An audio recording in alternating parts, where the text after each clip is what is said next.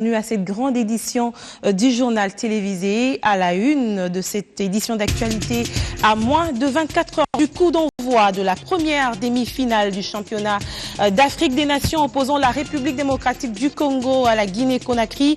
À Kinshasa, les supporters congolais ne jurent que sur la victoire des Léopards sur la sélection guinéenne.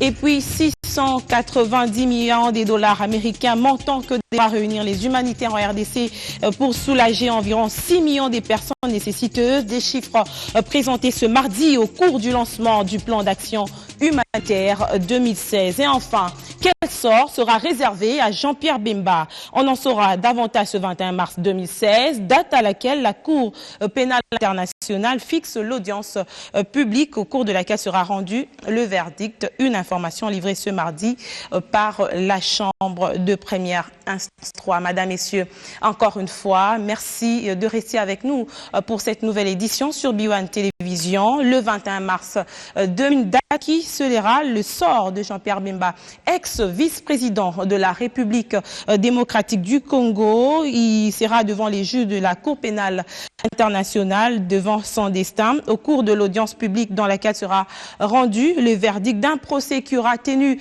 en haleine pendant près d'une décennie le Congolais. Quel scénario envisager au cas où Jean-Pierre Bemba serait acquitté ou condamné dans cette affaire? Élément des réponses avec la chargée de sensibilisation de la Cour pénale internationale en République démocratique du Congo. Jean-Pierre Bemba était poursuivi pour 2 chefs de crime contre l'humanité et de 3 chefs de crime de guerre. Donc ce 21 mars, nous aurons le verdict, c'est-à-dire que les juges vont nous dire si ils ont trouvé Jean-Pierre Bemba coupable ou s'il sera acquitté. Il y a 2 scénarios qui peuvent être lus suite au verdict. Si monsieur Jean-Pierre Bemba est reconnu coupable ou acquitté, les parties, c'est-à-dire soit la défense, soit le procureur, ont le droit de faire appel de la décision dans les 30 jours. Donc encore une fois, ça va dépendre de la décision et si la défense ou l'accusation font appel. Si une partie ou l'autre font appel, l'affaire est renvoyée à la chambre d'appel. Ça, c'est une chose. Concernant la liberté éventuelle de M. Jean-Pierre Bemba, il faut savoir également que Jean-Pierre Bemba est poursuivi sur une autre affaire avec d'autres accusés qui sont Lolo, Jean-Jacques Magenda, Fidel Babala et Naredo, qui sont suspectés d'atteinte à l'administration de la justice. Donc, toujours dans le contexte de l'affaire principale en Centrafrique. Donc pour le moment, ce procès continue. Il va reprendre le 29 février. Et toujours en rapport avec la Cour pénale internationale, sachez que le procès de l'ancien chef de l'État de la Côte d'Ivoire, Laurent Gbagbo, et de son ex-bras droit Charles Blé Goudé se poursuit à La Haye. C'est au tour de la défense de s'exprimer. Les avocats de l'ex-président ont nié toutes les charges retenues contre eux. La défense accusée Alassane Ouattara d'avoir pris le pouvoir par force avec l'appui de la France. Une version de la crise post-électorale aux antipodes de celle développée jeudi et vendredi dernier par l'accusation. Un autre scénario dont l'épilogue n'est pas encore connu, c'est celui du passage à tabac d'un médecin de l'hôpital général de référence de Kinshasa. Le docteur Christian Bawanana a été victime des coups, des blessures le 22 janvier dernier par des hommes en uniforme. Situation qui a suscité la colère des confrères médecins qui dénoncent cet acte. Le syndicat national des médecins, le Conseil national de l'ordre des médecins se solidarise et réclame justice. C'est l'essentiel de la déclaration lue ce mardi par le président de la cellule de l'ordre des médecins de l'ex-Mamayimo. Tout en respectant le travail louable de nos FRDC pour la sécurisation et la défense de notre pays, le médecin de l'hôpital général de référence de Kinshasa s'indigne de voir qu'il y a des éléments qui, par leur comportement, salissent l'image de notre armée. Après échange, les médecins demandent 1. Que les militaires, auteurs de ces forfaits, soient traduits devant la justice. 2. Que les autorités militaires, politiques et administratives prennent des dispositions pratiques pour que tout citoyen en général, et les médecins en particulier, soit l'objet du respect de la part de notre police et de nos FARDC. Autre titre d'actualité, la situation macroéconomique passée au peigne fin par le Premier ministre lors d'un échange avec la presse, avec un taux d'inflation élevé à près de 0,8%, un taux de croissance à 7,7%, des chiffres qui ont réjoui Matata Ponyo, qui a indiqué que ses performances dans la stabilité macroéconomique sont supérieures à la moyenne. Autre point évoqué lors de ce point de presse bilan, la croissance inclusive, notamment dans le secteur de l'éducation et de transport. Actualité politique oblige le chef du gouvernement à encourager la tenue du dialogue politique qui, à son sens, va décrisper, allais-je dire, le climat politique. C'est un défi que s'élance la communauté humanitaire en République démocratique du Congo qui devra réunir en 2016 690 millions de dollars américains pour soulager quelques 6 millions des personnes dans une nécessité accrue, des chiffres présentés ce mardi au cours du lancement du plan d'action humanitaire 2016. Nous y reviendrons dans nos prochaines éditions. La première composante du projet de développement des infrastructures financières et marchés a fait l'objet d'une inspection ce mardi à travers la visite du réseau de télécommunications interbancaires initié par la cellule d'exécution des financements en faveur des États fragiles. Reportage Bibi Chungoua. Fini les barrières d'opérations interbancaires. Les virements bancaires et autres paiements électroniques s'effectueront désormais en toute quiétude et en temps réel. Ceci grâce au nouveau système national des paiements en temps réel porte-montant, une modalité qui passe par un réseau de télécommunications interbancaires. L'illustration partant du siège de la Banque centrale du Congo met en connexion 19 banques commerciales agréées sous le pilotage de la direction du Trésor et l'ordonnancement du ministère des Finances. L'optique est d'accroître l'inclusion financière et améliorer le climat des affaires. Avec la mise en place de cette infrastructure, donc là je parle en termes très simples, vous verrez que le délai va être sensiblement raccourci. Et normalement, ce sont des opérations qui sont pour se faire en temps réel. Et normalement, si jamais je dois faire le calcul, ça sera le même jour que vous aurez réalisé cette opération. Donc logiquement, ça va améliorer le vécu quotidien de nos investisseurs et améliorer aussi le climat des affaires.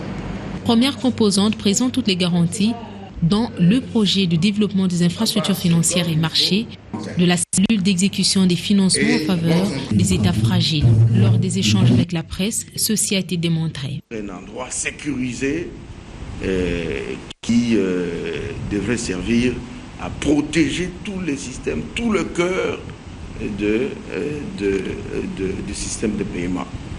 Donc les conçu de telle sorte que même s'il y a une bombe qui tombait là-dessus, que les bâtiments puissent résister et de manière à ce que nous ne puissions pas arriver à une situation où nous perdions, nous sommes dans une situation de perte de données. La Banque mondiale, un partenaire aussi à ne pas ignorer dans une symbiose salutaire. Le but de la Banque mondiale dans ce projet, de participer à la bancarisation et au final à l'inclusion financière en RDC. PDIFEM se révèle comme une modernisation des infrastructures des paiements et l'accroissement de la disponibilité des financements à terme pour les micro, petites et moyennes entreprises.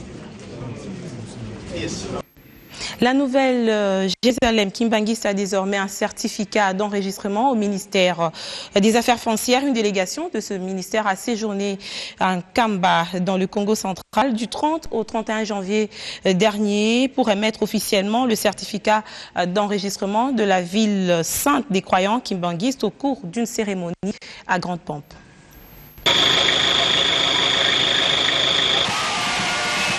Ambiance des grands jours couverte par ce cantique Tiluanzambi qui signifie la promesse de Dieu pour célébrer la réception officielle du certificat d'enregistrement de la ville sainte Nkamba.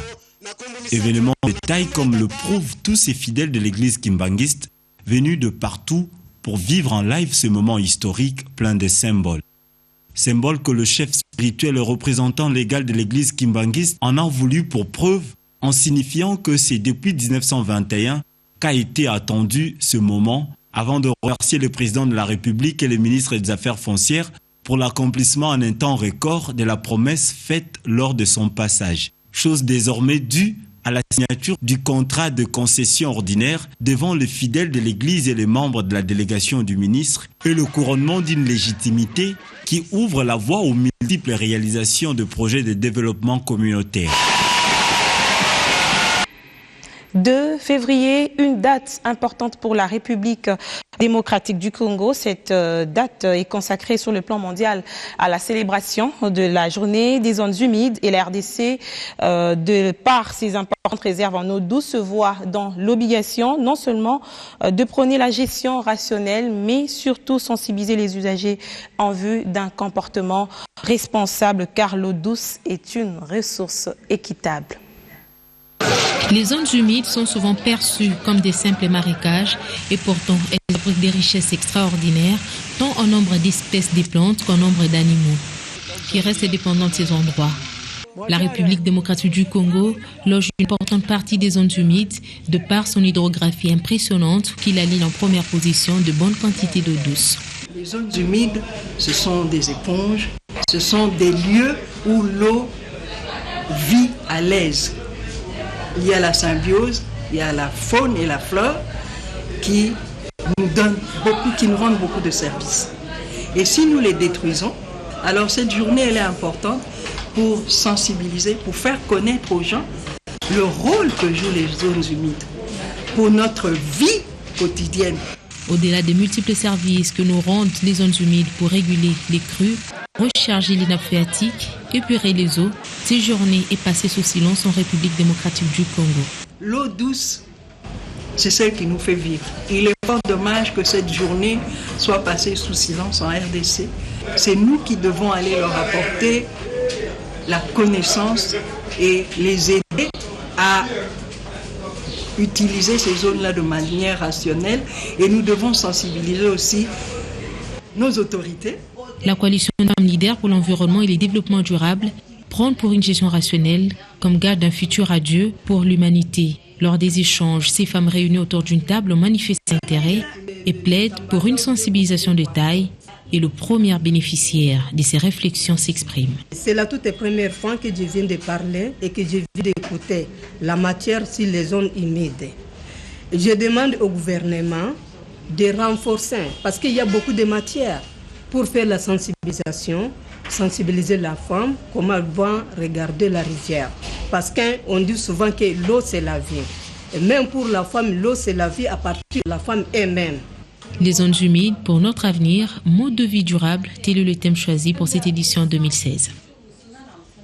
Inexistante pendant presque 15 ans, la route Goma-Walikale via Massissi sera bientôt praticable grâce aux travaux des rouvertures lancés ce mardi par le gouverneur Julien Paluku. Il faudra 6 mois, voire une année au maximum pour que reprennent les trafics routiers entre Goma et Walikale en passant par le territoire de Massissi. Patrick Sialoua nous en dit plus dans ce reportage. Accompagné des élus provinciaux et nationaux de la région, ainsi que les membres du gouvernement provincial, l'autorité provinciale, en lançant personnellement ses travaux, veut voir les populations d'ici une année quitter Goma et arriver à Walikale par voie routière sans difficulté et vice-versa. Cette route a un impact aussi bien social, économique que politique et surtout sécuritaire. Parce que si on ouvre la route Massissi-Walikale, déjà sur le plan sécuritaire, on va accéder à des zones qui hier étaient presque les retranchements des groupes armés. Mais des deux, on va permettre à cette population ici, dont les prix leur étaient imposés par les opérateurs économiques, de devoir trouver un ouf de soulagement parce que les biens de consommation, les produits agricoles seront vendus au prix réel. Mais également, avec cette route, ça va permettre à ce que nous puissions évacuer tous les minéraux, et de Massissi et de Walikale. Et ça va renforcer le travail. Avec cette route, ça va permettre la reconstruction surtout de Walikale. Parce qu'imaginez-vous qu'un sac de ciment, sans cette route, coûte autour de $50 à Walikale. Il est donc impossible à quelqu'un de faire une maison. Pour la notabilité de Massissi et Walikale, Ceci est un véritable coup de pouce au développement de la région. JPK et sa suite en ont profité pour visiter les ponts Mema sur la même route, pont construit par le gouvernement provincial dont l'inauguration est imminente après le pont Bihambwe qui constituait un calvaire pour les populations de ces deux territoires. C'est depuis 15 ans qu'il n'y a pas de trafic routier entre Goma et Walikale via Massissi. Mais grâce au gouvernement provincial, ceci sera une réalité avec les 800 000 $ américains déjà débloqués pour rendre praticable les 213 km sur cette route en terre battue. Travaux qui seront exécutés par l'Office des routes. Et on reste dans le Nord Kivu avec ce bilan macabre de 5 enfants issus d'une même famille, allais-je dire, calcinés lors d'un incendie qui a ravagé une maison au quartier Virunga dans la nuit du lundi à mardi. Selon des témoignages, l'incendie d'origine inconnue a commencé pendant que tous les parents de ces enfants étaient absents de la maison. Le père, qui travaille dans une agence de gardiennage, était en service et la mère était dans une pharmacie dans le quartier. Le corps de ces 5 enfants ont été acheminés à la morgue de l'hôpital général de Goma avant l'enterrement. Le sport. Pour finir, les léopards de la République démocratique du Congo ont bouclé leur dernière séance d'entraînement ce mardi sur l'aire des Jeux du stade Amahoro de Kigali. Malgré l'absence d'Héritier Luvumbu, les supporters scolaires restent optimistes et pronostiquent en faveur de l'équipe nationale de la République démocratique du Congo. On les écoute au micro de Jean-Louis Aninda. Les joueurs de Guinée, ils se fatiguent difficilement et ce sont des gens qui, lorsqu'ils s'engagent, donc ils lâchent pas facilement. Donc peut-être c'est ça un peu leur bon côté, mais sinon sur l'expérience et tout, tactique de jeu et endurance et tout, peut-être on partageait un peu beaucoup avec cette équipe, mais sinon, la République démocratique du Congo va remporter. D'abord, nous commençons par féliciter notre équipe, Léopard. Nous croyons déjà à la grande victoire que nous allons remporter. Nous voyons déjà le dimanche. La finale le dimanche 7. Nous allons écraser également notre adversaire, mais demain déjà, nous remportons avec 2-1. D'abord, pour nous, c'est un grand regret. Ça crée un peu de difficulté au niveau de l'équipe nationale de la RD Congo. Malheureusement, il n'est pas le seul joueur parce que l'équipe est constituée de plusieurs joueurs. Alors, nous croyons à notre entraîneur, nous croyons à notre bien-aimé, comme les gens le disent, Ebenge. Voilà, Ebenge, il est là, il va changer. Et puis, nous croyons à celui-là qui va remplacer Luvumbu. Je crois que c'est aussi un repli stratégique au dernier jour, c'est-à-dire à la finale. Je crois qu'Héritier sera là, nous le croyons. Le football, c'est un sport d'ensemble. Et puis, par rapport aux personnes qui doivent jouer, je pense que Luvumbu s'il est absent, mais l'équipe fera au moins pour remporter cette victoire. Et par rapport au coaching de l'entraîneur Ibenge, je pense que tout va mieux se passer. Son absence, bien sûr, ça va créer vraiment un grand trou, mais avec la confiance qu'on a de nos joueurs, ils vont faire des exploits et Luvumbu aussi jouera le prochain match. Je sais que nous allons remporter avec 2-1 et ça sera en faveur de notre équipe Léopard. Nous pensons déjà à la victoire que nous remportons à 2-1. C'est déjà notre pronostic. Optimisme partagé par tous les Congolais. Bonne chance aux Léopards de la République démocratique du Congo. Je vous rappelle que c'est un match qui sera retransmis en direct sur nos antennes, comme d'ailleurs déjà depuis les débuts de la compétition. Madame, Messieurs, merci de nous avoir suivis. À très bientôt sur nos antennes.